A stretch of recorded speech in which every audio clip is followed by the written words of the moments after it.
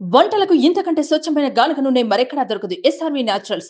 Orders కై screen పై number కి కాల్ చేయండి. టీడీపీ అధినేత నారా చంద్రబాబు నాయుడు సామాన్య కార్యకర్తకు ఫోన్ చేసి మాట్లాడారు. Macherla MLA Pinnelli Ramakrishna Reddy Palvai gate polling స్టేషన్లో ఈవీఎం ధ్వంసం చేసిన ఘటనలో ఏజెంట్గా ఉన్న నంబూరి శేషగిరిరావుకి ఫోన్ చేసి చంద్రబాబు మాట్లాడారు. పోలింగ్ రోజు వైఎస్ఆర్సీపీ కార్యకర్తల దాడిలో గాయపడ్డ శేషగిరిరావు ఆరోగ్య పరిస్థితిని కనుక్కున్నారు.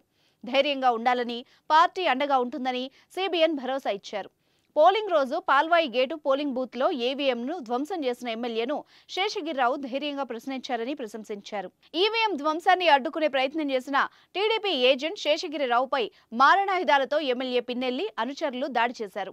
తాజాగా ఈవీఎం ధ్వంసం ఘటనలో ఎమ్మెల్యేపై కేసు నమోదు కావడంతో శేషగిరిరావు అజ్ఞాతం వీడి బయటకొచ్చారు.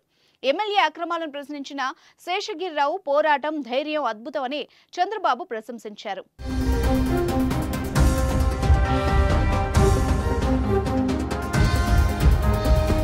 పాల్వాయి గేటు పోలింగ్ కేంద్రంలో ఈవీఎం ధ్వంసం చేసిన ఎమ్మెల్యేను అడ్డుకునే ప్రయత్నంలో తనపై ఎమ్మెల్యే అనుచరులు దాడి చేశారన్నారు నంబూరి శేషగిరిరావు.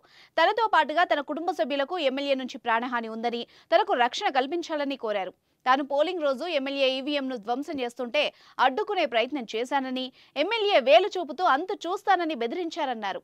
ఆ తర్వాత తనపై దాడి జరిగిందన్నారు. తనకు చికిత్స చేసేందుకు మార్చర్లలో ఎవరూ ముందుకు రాలేదని, ఓ ఆర్ఎంపీ వైద్యుడి దగ్గర కుట్లు వేయించుకున్నట్టు చెప్పారు.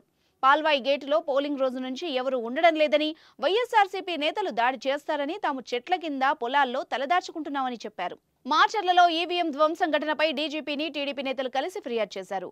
పిన్నెల్లి ఈవీఎం ధ్వంసం చేసిన ఫుటేజీని డీజీపీకి అందజేసి ఎమ్మెల్యే పిన్నెల్లిని తక్షణమే అరెస్ట్ చేయాలని డిమాండ్ చేశారు.